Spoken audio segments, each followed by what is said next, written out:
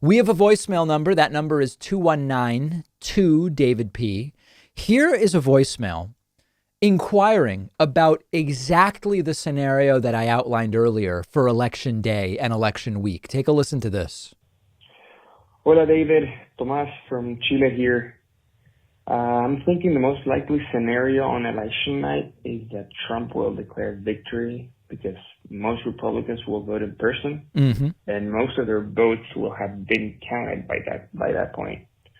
I'm thinking Democrats will have their votes counted in days, if not weeks after, and Trump will call fraud, potentially leading to some violence. How can we even prepare for something like that? So listen, let me get to the preparation in a second. But yes, what Tomas is describing here is the red mirage hypothesis. The red mirage hypothesis will be, since we know that we're going to have so the people planning to vote in person are mostly Trump people, and the people planning to vote absentee are mostly Biden people. Now, the exact proportions will determine whether this happens, but it is a completely plausible scenario that Trump seems to eke out some victory on election night, claims victory, and then as absentee ballots continue to be counted, I don't think it will take weeks, but it certainly could take 5 days. The lead for Trump shrinks until ultimately Joe Biden takes an electoral lead. And you are completely correct, Tomas, that is a scenario ripe for real world violence. And so the question about how to be prepared for it is twofold. First of all, police departments and national law enforcement, federal law enforcement, need to take seriously the possibility of not protests of overwhelmingly unarmed individuals, but angry, weaponized Trumpists with firearms taking to the streets. That's a law enforcement question.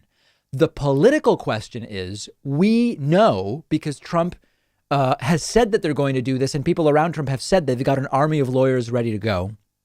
We know that if this scenario happens, if Trump seems to be ahead on election night with a lot of absentee ballots still to be counted, immediately they are going to file lawsuits to try to stop the absentee ballots from being counted. They are going to try to say they've got to be in by midnight election day, or they've got to be in by the next day, but you can't just keep counting absentee ballots.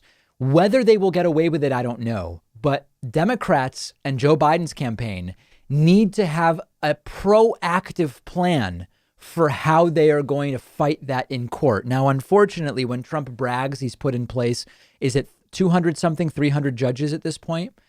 It may be some of those judges who end up deciding in some states, do the absentee ballots continue to be counted or not? So it is a very serious scenario.